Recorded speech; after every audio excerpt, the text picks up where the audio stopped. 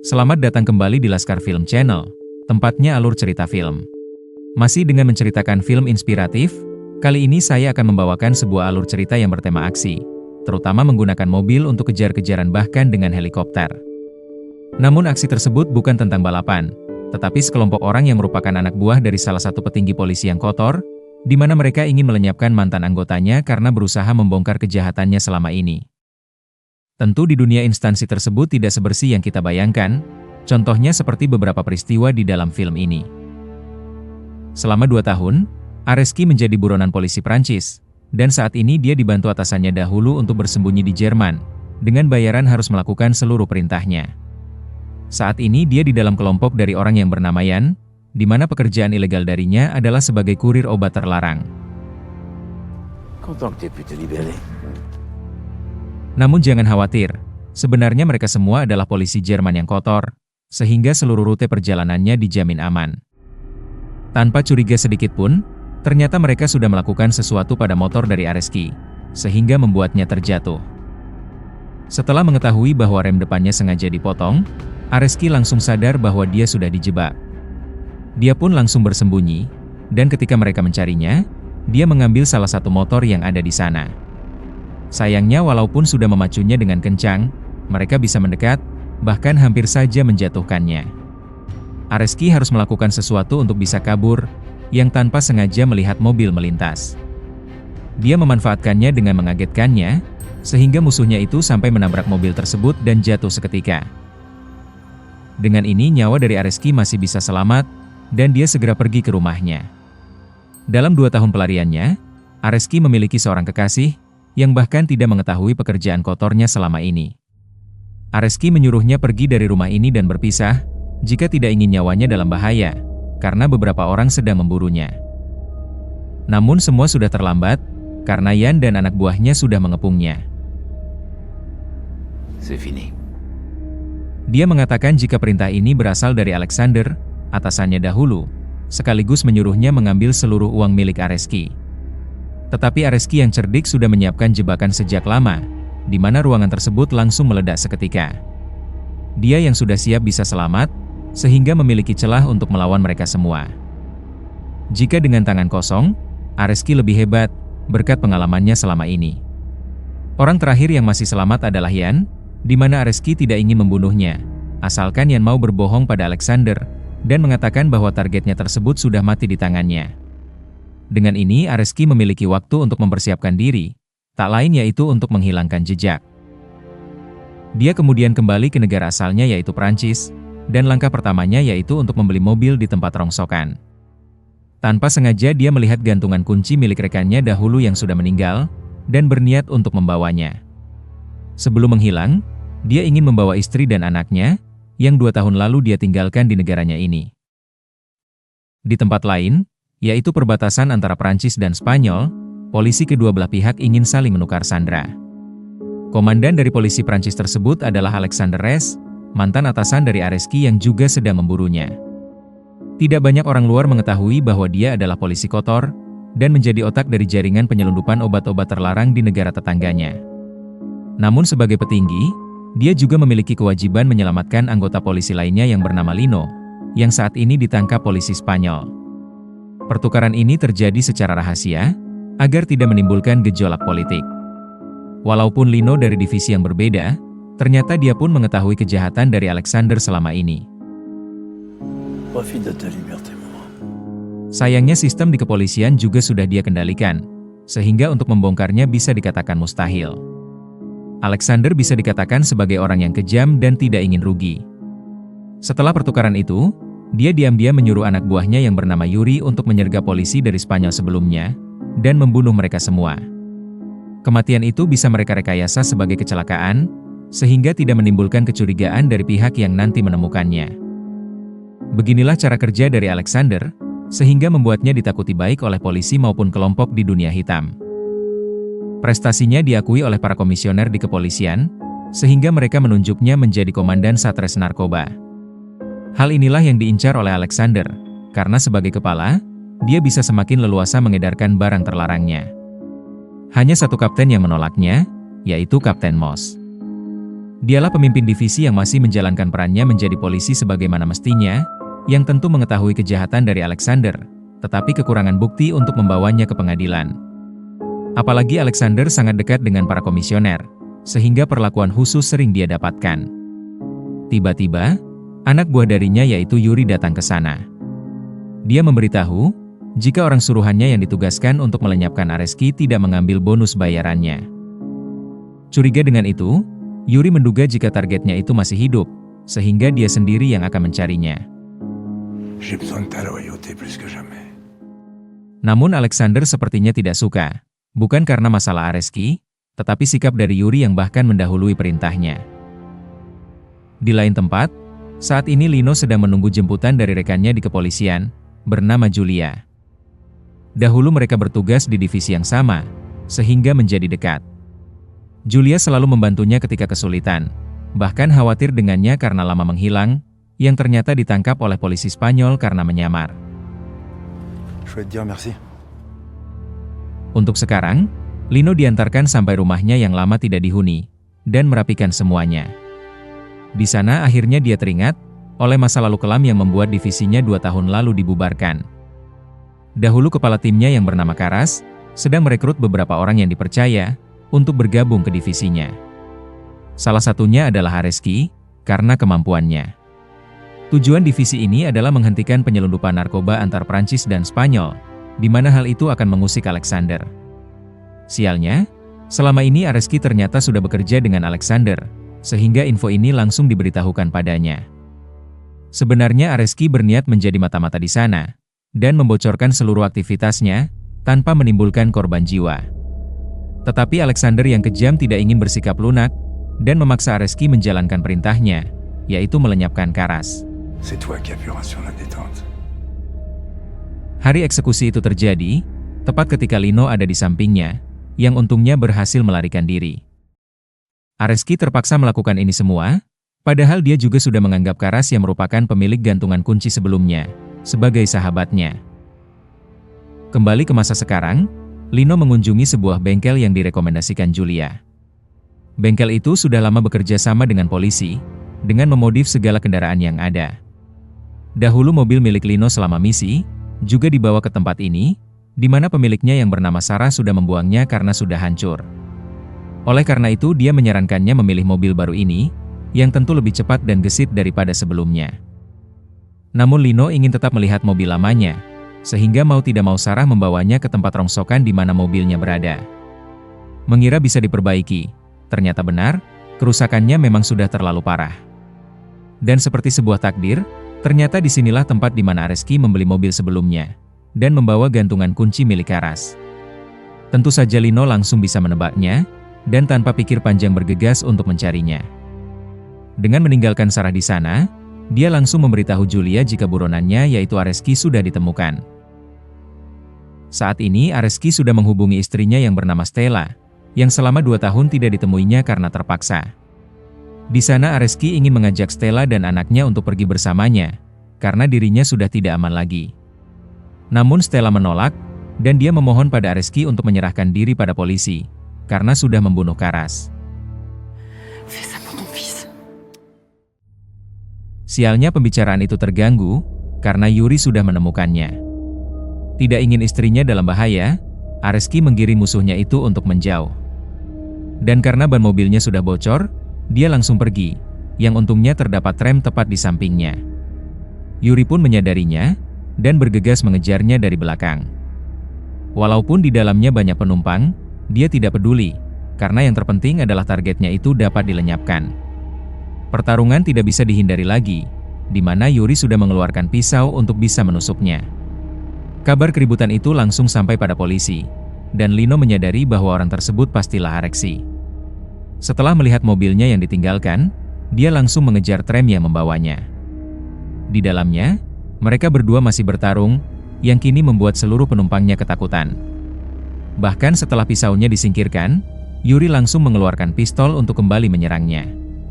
Suara tembakan itu membuat tram otomatis berhenti, kemudian semua penumpang dengan cepat lari dari sana. Lino yang melihat itu memiliki kesempatan untuk masuk ke dalam, yang akhirnya jumlah petarungnya bertambah 1 orang. Mereka semua adalah musuh, sehingga siapapun akan saling menyerang satu sama lain. Sebenarnya kemampuan mereka bertiga tergolong seimbang, yang membedakan adalah posisi dan celah yang bisa dimanfaatkan, seperti Yuri yang berhasil mengunci Lino. Namun hal itu tidak berlangsung lama, karena ketahanan Lino memang di luar nalar. Areski yang terlempar keluar, malah membuatnya memiliki kesempatan untuk kabur dari sana.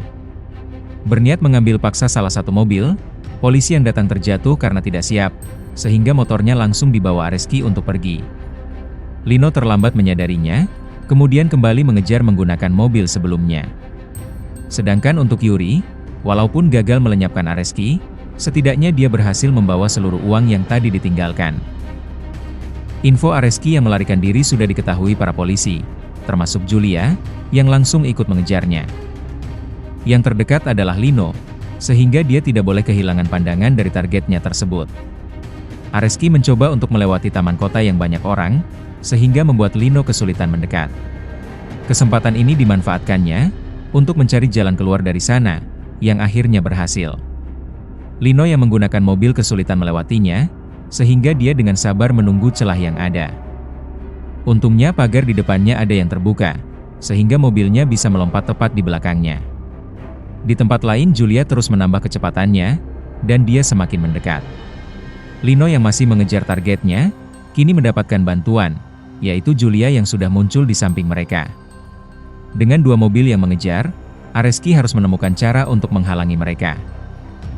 Di jalan lurus itu dia melihat kesempatan, yaitu menerobos truk yang melintas. Julia berhasil mengikutinya, tetapi Lino yang terlambat membuat mobilnya hampir saja terhimpit. Dengan kerusakan itu, beruntung nyawanya masih selamat. Sekarang hanya Julia sendiri yang memiliki kesempatan untuk menangkapnya. Areski terus membawanya ke jalan yang penuh dengan rintangan untuk membuat mobil dari Julia melambat. Dengan ditutupnya banyak jalur, akhirnya dia melewati jalur sungai. Kecepatannya terus bertambah, sehingga Julia kehilangan jejaknya. Dia hanya menemukan motornya ditinggalkan, dan mengira Areski sudah kabur. Ternyata targetnya itu sengaja bersembunyi, dan mencoba untuk balik menangkapnya. Julia yang salah langkah tidak bisa berbuat apa-apa, kemudian hanya bisa pasrah. Di tempat lain, saat ini Yuri sudah menunggu Alexander di markas rahasianya. Ucapan sebelumnya benar jika Areski ternyata masih hidup, dan dia berhasil mengamankan seluruh uang miliknya. Posisi ini membuat Yuri yang sebelumnya mengabaikan instruksinya, menjadi terlihat benar. Areski redevient ma priorité. Kini Alexander akan memprioritaskan perburuannya pada Areski, bagaimanapun caranya. Dia harus memutar otak, dan mengumpulkan seluruh informasi yang ada. Di waktu yang sama yaitu di kantor polisi, mereka mengetahui jika tujuan dari Areski adalah membawa keluarganya pergi. Oleh karena itu istrinya coba diamankan di sini, untuk memancing targetnya itu menampakkan diri. Kapten Moss yang memimpin operasi ini, mengira strateginya sudah berjalan dengan lancar. Tetapi tanpa dia sangka, tiba-tiba Areski menelponnya menggunakan handphone dari Julia. Kapten Moss langsung pergi menuju ke lokasi yang diberikan, tanpa pengawalan satupun. Tujuan dari Areski bukanlah melawan para polisi, mengingat dahulu dia juga bagian dari mereka. Dia ingin membuat kesepakatan dengan Kapten Moss, karena musuh dari mereka sama, yaitu Alexander. Dia bersedia menjadi saksi atas seluruh kejahatan dari Alexander, dengan syarat dirinya dibebaskan. Tu veux passer un marché? Karena di negara ini sudah tidak aman, Areski meminta dirinya dikirim ke Jerman, mengingat kepolisian di sana belum sepenuhnya disusupi jaringan dari Alexander. Kapten Moss pun menyetujui syaratnya, walaupun sebenarnya Julia masih dendam padanya, karena membunuh rekannya. Agar misi ini berjalan lancar, Kapten Moss meminta Julia untuk tidak melibatkan Lino, karena di antara mereka semua, Lino lah yang paling ingin menangkap Areski bagaimanapun caranya. Ketika mengantarkannya pergi, awalnya Julia tidak memberitahu misi rahasianya. Tetapi melihat gantungan kunci milik Aras ada padanya, Lino sadar jika atasannya sudah membuat kesepakatan rahasia dengannya. Julia tidak tega melihatnya tampak murung, sehingga dia ingin mengajaknya dalam misi, tanpa diketahui atasannya. Langkah awalnya adalah, Julia membawa mobil yang nanti akan membawa Areski dari bengkel Sarah. Sedangkan Lino, dia akan dijadikan pendukung dari luar jika musuh muncul untuk menyergapnya. Oleh karena itu dibutuhkan mobil yang super kuat, yang pilihannya jatuh pada mobil derek. Sarah sudah membuat desain yang sempurna untuk melengkapi mobil itu dengan senjata. Dia juga sudah menyiapkan bahan-bahan yang dibutuhkan, sehingga pekerjaan Lino sekarang adalah merakitnya. Besi langsung dipotong sesuai ukurannya, dan disambungkan pada mobil bagian belakang. Rencananya adalah sebagai rangka dudukan, untuk menaruh senjata spesial yang akan mengejutkan musuhnya. Mereka pasti akan terkejut, jika mobil ini sekarang bisa menumbangkan apapun di sekitarnya. Di lain tempat, saat ini Julia sudah membawa mobilnya untuk membawa Areski. Kapten Moss memberitahu, pesawat dari polisi Jerman akan menunggunya di bandara, di waktu yang sudah ditentukan. Semua akan berjalan dengan lancar, jika saja informasi ini tidak bocor. Namun tanpa disangka, malam itu Kapten Moss menemui Alexander secara rahasia. Dia membocorkan semua informasi tentang Areski, dengan syarat, dia ingin dibantu soal karirnya di masa depan, lewat jaringannya yang ada di kementerian. Beginilah realita dari kondisi instansi yang sudah kotor, bahkan sampai kepalanya pun berbuat hal yang sama demi keuntungannya sendiri. Oleh karena itu orang seperti Alexander akan selalu menjadi lebih kuat, karena memegang kartu semua petingginya. Malam itu juga, dia mempersiapkan seluruh anak buahnya, dengan misi melenyapkan Areski sebelum sampai tempat tujuannya. Dengan pasukan sebanyak ini, harusnya satu target bisa dengan mudah dilenyapkan. Yuri juga ikut dia bawa, karena kemampuannya sangat dibutuhkan. Namun perlu diingat, Alexander adalah orang yang pendendam dan tidak suka disalahkan. Perintah yang sebelumnya dilanggar Yuri, walaupun sudah membuat prestasi tidak dianggap, dan malam ini dia melenyapkannya. Dan akhirnya pagi hari sudah tiba, di mana Julia langsung bergerak membawa Areski ke bandara. Di tengah jalan, terdapat pemeriksaan dari polisi lalu lintas, yang tentu saja Julie bisa melewatinya dengan mudah. Ternyata mereka sengaja disiapkan, untuk memberitahukan lokasi Julia kepada Alexander. Julia harus bergerak dengan cepat, karena waktu penjemputan yang ditentukan tidak bisa terlalu lama. Di waktu yang sama, asisten dari Alexander sudah mengunjungi ruangan dari Kapten Moss, untuk membicarakan perjanjian sebelumnya. Dengan bukti hitam di atas putih, penjahat pun harus menyepakati syaratnya, agar tidak saling menusuk di kemudian hari. Kembali ke tempat Julia, tiba-tiba Areski memiliki perasaan yang tidak enak. Dan ternyata benar, sebuah helikopter sudah mendekatinya dari atas. Seketika mereka sadar, jika misi ini sudah bocor, dan pasti anak buah dari Alexander sudah diterjunkan untuk mengepungnya. Dari samping langsung muncul truk dan beberapa mobil, dan mereka mencoba untuk menghentikannya. Julia membelokkan arahnya, untuk mengulur waktu dan meminta bantuan. Dan tentu saja, bantuan tersebut adalah Lino, yang sudah siap dengan mobil derek hasil modifikasinya. Dengan cepat dia menerobos polisi lalu lintas yang disiapkan untuk menghambat jalan, kemudian menyusul Julia. Info itu diketahui helikopter sebelumnya, sehingga prioritasnya berubah, yaitu menyingkirkan Lino lebih dulu. Julia harus bertahan dengan satu truk yang mengejar, sedangkan Lino harus bersiap menghadapi helikopternya. Namun ini semua sudah dia perkirakan, dan oleh karena itulah senjata spesial ini dia buat. Helikopter itu tidak menyangka, Lino bisa meluncurkan senjata pelontar, yang isinya kembang api yang sangat banyak. Walaupun tidak seperti misil yang berbahaya, jika terkena, helikopter ini bisa kehilangan keseimbangan. Lino memiliki rencana, yaitu menggiring musuh dari mereka ke satu jalan yang sama. Julia langsung memahami rencananya, sehingga dia mengarahkan truk di belakangnya agar tidak siap. Helikopter sebelumnya belum menyadari, karena masih sibuk menghindar dari senjata itu. Ledakan beruntun itu akhirnya membuahkan hasil, karena satu tembakan membuat helikopternya hilang kendali. Ketidaksiapan inilah yang ditunggu Lino, yaitu dengan membenturkannya dengan truk musuh yang mengejar Julia. Rencananya sukses besar, karena musuh terkuatnya sudah dikalahkan. Untuk dua mobil lain yang mengejar, dengan mudah Lino membuat mereka terjungkal, tanpa membutuhkan waktu yang lama. Dan untuk truk terakhir yang kemudian mengejar Julia, Lino mengeluarkan seluruh pelontar yang tersisa. Dia bahkan dengan nekat mengerem, untuk menghentikan lajunya, yang ternyata berhasil. Tanpa disangka mobilnya ini sangat kuat, seperti yang dikatakan Sarah sebelumnya. Sekarang mereka kembali meneruskan perjalanannya, yaitu menuju bandara, dengan pengawalan dari Lino.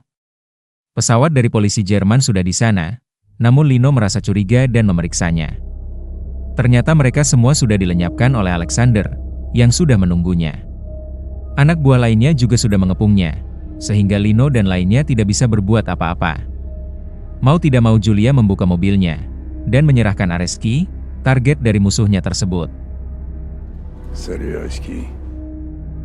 Semua rencananya gagal, tak lain berkat informasi dari Kapten Moss. Alexander membeberkan semuanya, karena nyawa dari mereka juga akan lenyap di sini. Namun tanpa disangka, sebuah mobil datang ke sana, yang ternyata isinya adalah Yuri yang masih hidup. Dia langsung menembak Alexander dan anak buah lainnya, karena sudah berniat membunuhnya. Inilah balasannya, jika jasa yang diberikan tidak dianggap, malah ingin dilenyapkan gara-gara satu kesalahan.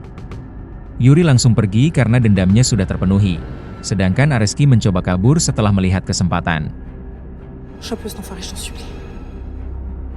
Melihat itu, Lino tidak akan membiarkan targetnya lolos lagi, dan dia dengan seluruh kekuatannya berusaha mengejar. Walaupun mobil yang dipakai Areski adalah mobil lapis baja, Lino memakai mobil yang lebih hebat, yaitu mobil yang bisa menghancurkan truk dan helikopter sekalipun. Areski membawanya ke kota, untuk menyulitkan pengejarannya. Namun Lino tidak menyerah, dan menerobos semua yang menghalanginya. Jalan itu akhirnya membawanya ke lereng di salah satu sisinya, yang kesempatan ini dimanfaatkan untuk mendorong Areski dan mobilnya terjun dari sana. Dengan ini targetnya itu sudah tidak bisa bergerak, dan berhasil ditangkap. Sementara itu di kantor, Kapten Moss yang mengira rencananya berhasil, melihat banyak polisi berlarian keluar.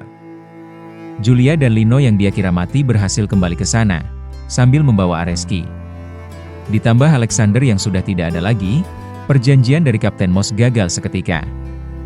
Julia akan melaporkan persekongkolannya dengan Alexander, agar mendapatkan hukuman yang setimpal.